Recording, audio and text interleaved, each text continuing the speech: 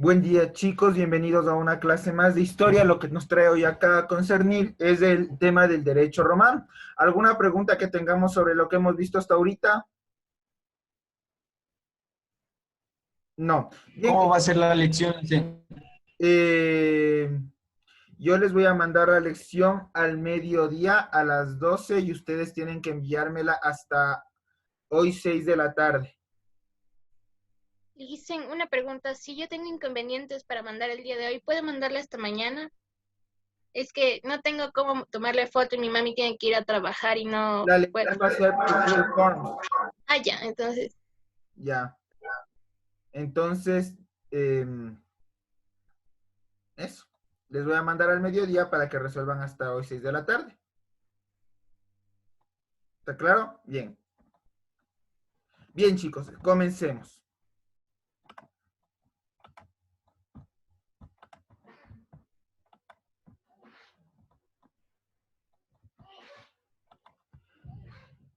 ¿Qué entendemos por derecho, querida Emilia?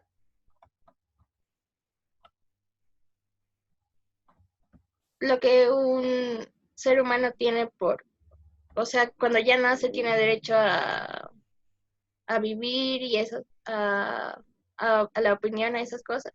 Bien, esto es muy específico en cuanto a los derechos humanos. Ariana, ¿qué entendemos por derecho? En un sentido amplio legal, ¿qué entendemos por derecho?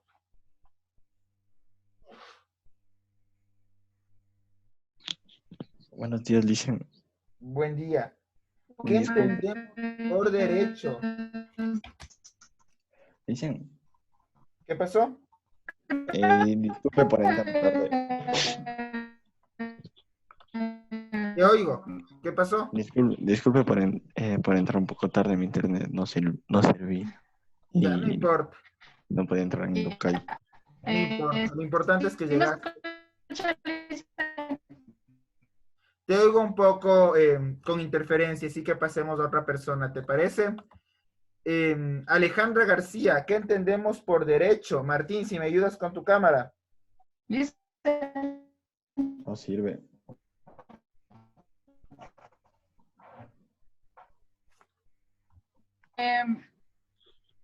María Teresa, ¿qué entiendes por derecho? Que es algo que todas las personas tenemos. A ver, todo el mundo, todas las personas que están aquí, alguna vez han visto telenovelas, han visto películas, han visto, algunos tienen papás abogados. ¿Qué es el derecho? Un beneficio. En el sentido más amplio posible.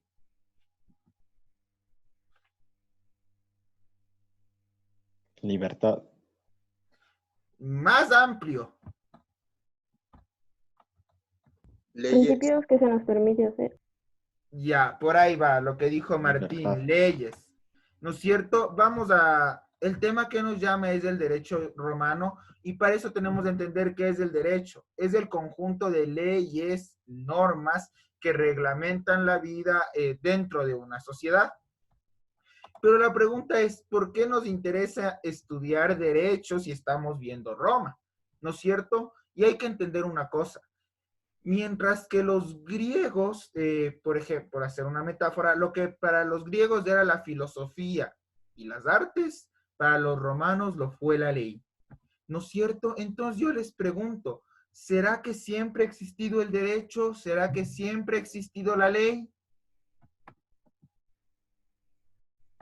Querida Isabela Castillo, Castilla, dicen. ¿será que siempre ha existido el derecho? ¿Será que siempre ha existido la ley? Sí. O sea, no, desde un principio no. ¿No es cierto? Pensemos, ¿no? Nosotros decimos que tenemos los primeros registros jurídicos o las primeras normas de vida en sociedad en el Código Hammurabi, en los 10 mandamientos de la ley hebrea, ¿no es cierto? Pero ¿qué pasaba en otros pueblos? ¿Cómo se evitaba que la gente se matara entre sí, se robara, se estafara? ¿Cómo? sin cabeza. Bien, teníamos primero la justicia o el sentido de justicia ha existido en todos los pueblos, tanto modernos como primitivos, a lo largo de su historia. Pero esta justicia o esta forma de ejercer la justicia tiene una característica muy marcada que es la oralidad. ¿Qué queremos decir con que la justicia se basa en la oralidad, querida Camila Vilaín? Que depende del discurso que den. Puede ser, querida Anaí Molina. ¿Qué querrá decir que tenemos una justicia basada en la oralidad?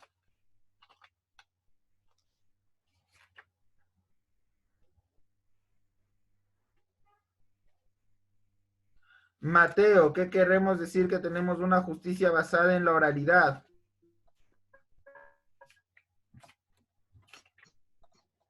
Que no hay un respaldo escrito.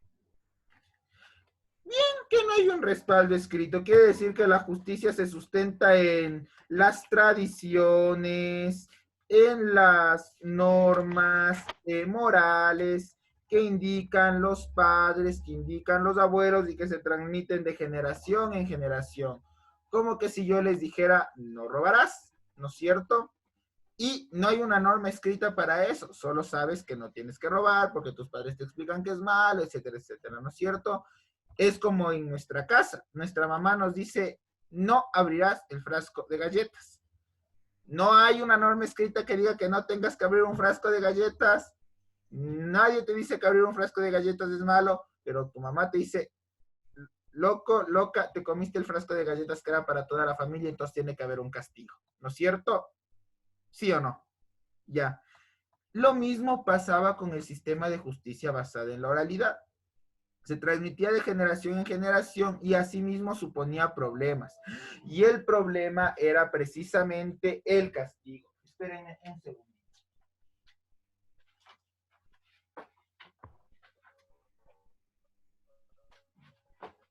Y el problema era precisamente el castigo o la forma en la que se interpretaba o la forma en la que se interpretaban las justicias y las normas. ¿Qué pasaba? Cuando hay un sistema de justicia basada en la oralidad, su interpretación o su transmisión puede sugerir algunos problemas. Uno de esos problemas es que puede transmitirse con una, puede mal transmitirse o transmitirse, mejor dicho, según los intereses de quienes están en la capacidad de ejercerla, ¿no es cierto? Entonces, la justicia era generalmente ejercido por los patricios y por los paterfamilies. ¿Quiénes eran los paterfamilies? Los encargados de todo a la casa, ¿se acuerdan? Ya, y los patricios eran los ciudadanos. Si solo los patricios tenían derecho a una voz oficial sobre la transmisión de esta justicia, ¿sería que realmente esta justicia oral era imparcial? ¿O que en ocasiones tomaba, se trastocaba, se distorsionaba para beneficiar a quienes la recordaban o a quienes podían recordarla? ¿O a quienes tenían la voz oficial? Se distorsionaba. Se distorsionaba. Porque si algún enemigo mío de clases inferiores acudía a la justicia, mi patricio amigo la interpretaba a la voluntad mía o a la voluntad de la élite para beneficio propio, ¿no es cierto? Si había conflictos entre patricios, había el problema de que quien administrara la justicia de forma oral recurriera a su interpretación libre, recurriera a tal vez una mala transmisión y tomara partido en beneficio de su mejor amigo. Ven, los romanos también eran corruptos, no es un mal del que nos hemos librado. Entonces, ¿esto suponía un problema? Sí. Y aquí viene por qué es tan innovador el derecho romano. Porque el derecho romano propone una legislación escrita, ¿no es cierto? Entonces, hacia el siglo, ustedes se van a acordar que al principio solamente podían ocupar el Senado o las instituciones democráticas los patricios, ¿se acuerdan? pero que resultado de diversas luchas sociales, los plebeyos también alcanzaron a tener una cámara en el Senado, ¿no es cierto? Llegaron a tener tribunos. ¿Qué pasa? Resultado de estas injusticias, resultado de estos abusos, hubo distintas luchas sociales. Ven como siempre el movimiento social está viendo cómo mejorar la sociedad. Bien, hubo diferentes levantamientos, luchas sociales, de tal forma que los plebeyos, acuérdense, los plebeyos son la clase más baja del Roma, sin llegar a ser esclavos, los plebeyos a través de los tribunos de plebe piden al Senado que estas leyes sean escritas. Va a ser específicamente el tribuno de la plebe Terentillo Arce, en el siglo V antes de nuestra era, el que va a llevar estas denuncias al Senado. Y el Senado va a debatir durante largos días qué derechos darse a la plebe, cómo establecer, y dicen, sí, vamos a establecer un derecho escrito, una ley escrita. Y esta ley escrita hoy en día la vamos a conocer como 12 tablas, ¿no es cierto? 12 tablas. Aparecen las famosas 12 tablas. ¿Qué eran las 12 tablas? Literalmente eran 12 planchas, primero de madera, que contenían las normas, las leyes que debían respetar los ciudadanos y sus autoridades dentro del territorio romano. Luego, estas 12 tablas fueron puestas en bronce y aparece la segunda gran innovación del derecho romano. Estas 12 tablas en bronce van a ser colocadas ¿en dónde creen? En la casa del emperador, en su casa, en las termas, en los palacios de justicia. ¿Dónde creen que sean colocadas? Casa del emperador. Puede ser.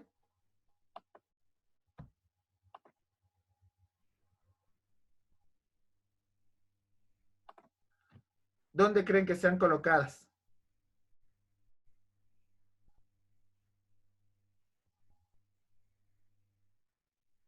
Imaginemos un poquito, saquemos nuestra cabeza, pongámonos nosotros, ¿por qué será tan revolucionario el lugar donde pusieron estas 12 tablas? En la asamblea, o sea, en el Senado, donde tienen las reuniones.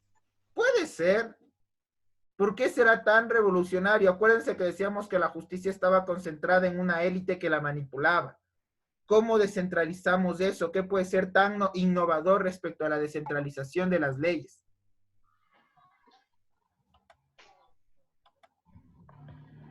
Elías, tal vez tú.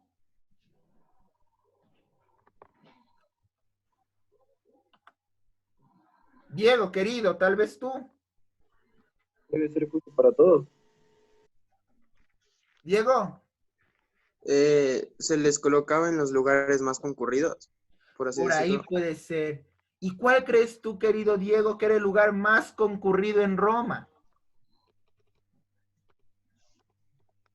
Las plazas, por así, algo así. Perfecto. Estas 12 tablas fueron colocadas en el edificio principal de la plaza central. Estas 12 tablas fueron colocadas en la basílica de la plaza central. ¿Por qué en la basílica? ¿Por qué en la plaza central? ¿Por qué en este lugar concurrido? ¿Por qué en este lugar común? La ley, a través de las 12 tablas y gracias a través de la ley de las 12 tablas, el derecho se hace de conocimiento público. El derecho se hace de conocimiento común. ¿Se acuerdan que la basílica era el lugar donde se administraba justicia? Sí, ¿no es cierto? Al ponerlo ahí, cualquier individuo o ciudadano podía conocer cuál era el contenido de las leyes de Roma, lo cual permitía que todas las personas tuvieran acceso a un sistema jurídico transparente. Quienes administraban justicia ya no podían alterar las leyes para beneficiar a sus amigos. ¿Queda claro eso? Sí. Y estas 12 tablas, claro, quiero que vayan viendo porque el derecho romano no es que queda suelto. Yo quiero que se queden pensando cómo se dividían estas 12 tablas, qué es lo que contenían que la hace tan importante que la sigamos estudiando hoy en el 2020, en plena pandemia, a las 8:23 de la mañana? ¿Por qué el profesor de historia osa levantarme de mi cama para tener que oír sobre el derecho romano? ¿No es cierto? Entonces quiero que estén pensando cómo se estarían conformando esas 12 tablas. Bien, el derecho romano siguió evolucionando, siguió avanzando y obviamente siguió, por lo tanto, creciendo su influencia en el territorio. Pero ¿qué nos va a llamar la atención? Después del nacimiento de Cristo va a haber un emperador llamado Justiniano, que en un intento, específicamente un intento de recuperar los valores y prácticas culturales de Roma Occidental, recoge todas las leyes emitidas por Roma, recoge todos los tratados emitidos por Roma y da a luz a lo que se va a llamar como el Código de Justiniano o Corpus Juris Civilis, ¿no es cierto? Que va a ser todas estas normas recogidas por el derecho que van a normar ahora la vida en Bizancio, ¿no es cierto? ¿Y por qué es importante decir esto? Porque una vez que Justiniano recopila todas las normas a lo largo de la historia de Roma, sienta las bases de un sistema legal compacto. Para que se hagan una idea de la importancia, ¿no? Durante la Edad Media, todo lo romano fue enterrado en las tinieblas de la historia. Los germanos estaban triunfando en Europa, como están triunfando hoy en día los alemanes en Europa, y esa ley germana, ellos tenían una ley oral, igual que la que había antes. Y por ahí algún excavador, algún investigador encontró el código de Justiniano y dijo, un código legal, un código de derecho escrito, compilado, que dice cómo llevar las vidas y que regla casi todo aspecto de vida en la sociedad. ¡Wow! Recuperémoslo. Entonces, a partir, por ejemplo, de este descubrimiento en toda la Edad Media, las universidades recopilaron o se encargaron de promover la importancia del derecho escrito. Pero bien, eso como dato extra. ¿Qué pasa, chicos? El derecho romano, el Código de Justiniano se va a dividir en 4 grandes partes que van a ser las instituciones, el digesto, los códigos y las novelas. ¿No es cierto? ¿Por qué les digo esto? El Código de Justiniano no fue un cuerpo temporal. El Código Justiniano no nació solo de Justiniano. Como les dije, el Código de Justiniano abarca todas las leyes que sucedieron en Roma desde el inicio de la monarquía hasta el imperio. Entonces, ¿qué son las instituciones? Las instituciones son las doctrinas y preceptos de estudio del derecho romano. Es decir, son análisis, síntesis, interpretaciones de cómo se tienen que leer las leyes del derecho romano. ¿Lo tenemos claro? Bien. El digesto, en cambio, es una obra recopilatoria sobre sentencias, juicios, estudios de 34 jurisconsultos romanos. Es decir, las sentencias más importantes que había tenido Roma en aspectos legales estaban contenidas en el digesto. Esta obra, el digesto, existía antes del Código de Justiniano, pero fue elaborado por el mismo Justiniano. Había recopilado los principales casos que habían problematizado el imperio y la forma en la que se habían solucionado. Las sentencias, las principales sentencias de Roma. ¿Está claro? Los códigos, en cambio, eran los edictos imperiales, los rescriptos imperiales, es decir, aquellas órdenes emitidas por el emperador, por los emperadores a lo largo de la historia. Y finalmente tenemos las novelas. Las novelas eran las constituciones promulgadas por Justiniano, las leyes emitidas durante el imperio de Justiniano. Ahora, el Código de Justiniano se nutre de 2 fuentes, las justinianas, que son estas que están aquí, y las extrajustinianas, que son todas aquellas fuentes atemporales que vienen de otros momentos históricos de Roma. ¿Está claro o no está claro, chicos? Sí. Qué lindos guaguas, por eso me encanta dar clases. Ahora, pongamos en tensión todo esto y veamos por qué es tan importante el derecho romano. Contrario al derecho romano tenemos el famoso common law o derecho anglosajón. ¿Qué será el derecho anglosajón, querida Saraí Macas. No sé, dice. ¿A qué nos sonará derecho anglosajón? Tami Yepes. A un dragón.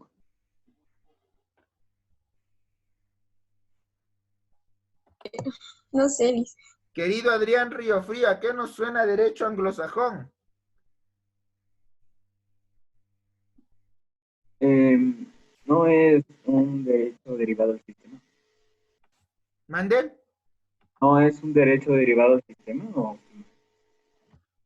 Puede ser. Uno más. Daniel Torres. ¿Qué entendemos por derecho anglosajón? No tengo ni idea, Liz. Todos hemos oído alguna vez en las noticias, es un país anglosajón, ¿no es cierto? Habla inglés. ¿Y cuál es si estamos en Europa, cuál será el país que hable inglés por excelencia?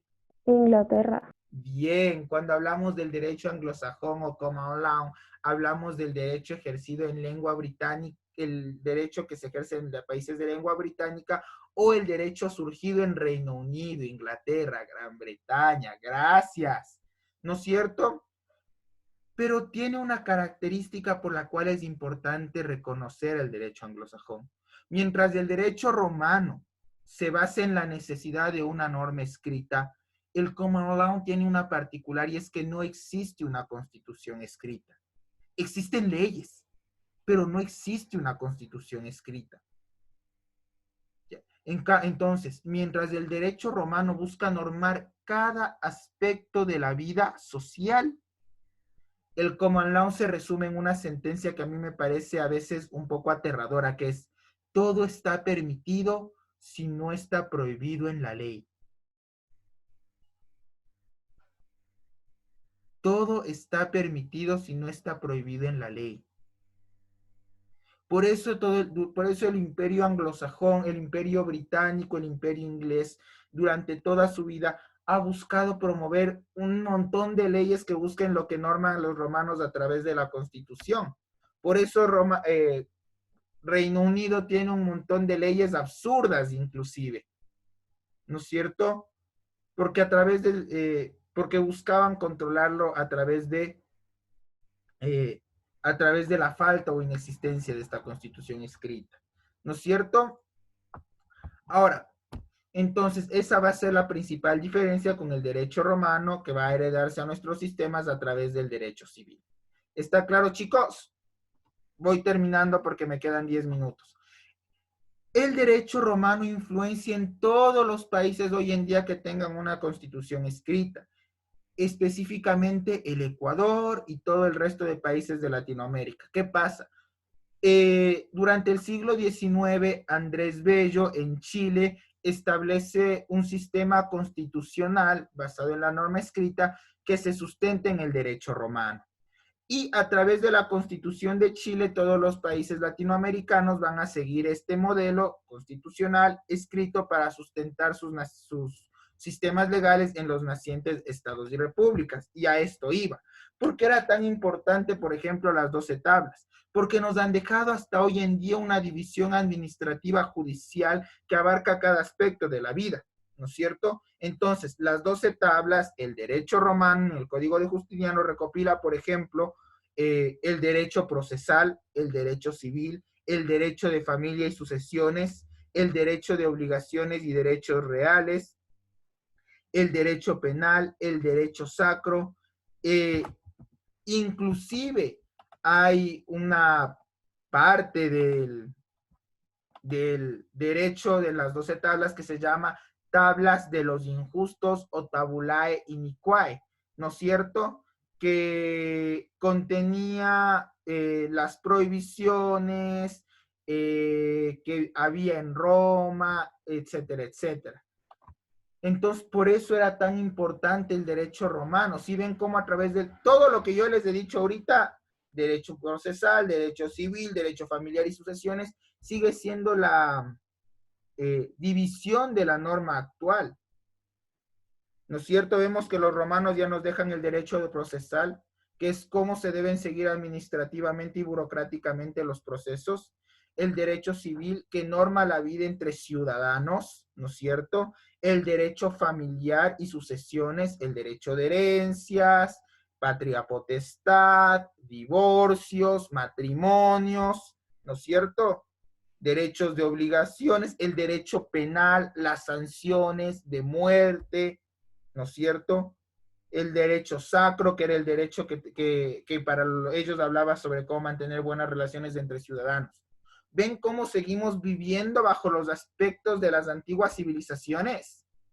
Por eso es importante estudiar el derecho romano, porque hoy en día sigue influenciando en nuestra vida.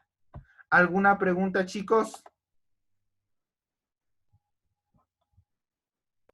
Después, ¿qué pasó con la common law? O sea, se El common extinguió. law todavía existe, ¿no es cierto? Sigue siendo el common law todavía existe y sigue siendo aplicado por los países que están bajo protectorado inglés, bajo los países de Reino Unido y bajo los que forman el Commonwealth, es decir, Canadá, Australia, Nueva Zelanda, etcétera, etcétera.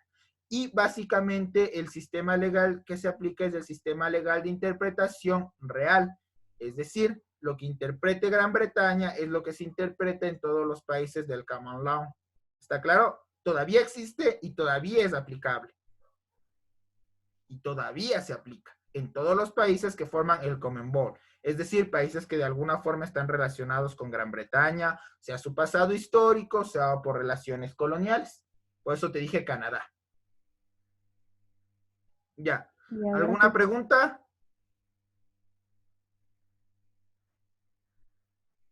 Ninguna. Bien, chicos. Hasta aquí les mando mi abrazo grande y fraterno. Me gusta que pregunten, sigan preguntando. Recuerden tener siempre las cámaras activas. Para mí es importante porque creo que en la virtualidad las formas de relacionarse se nos vuelven escasas y sabemos de esta forma que nos está quedando.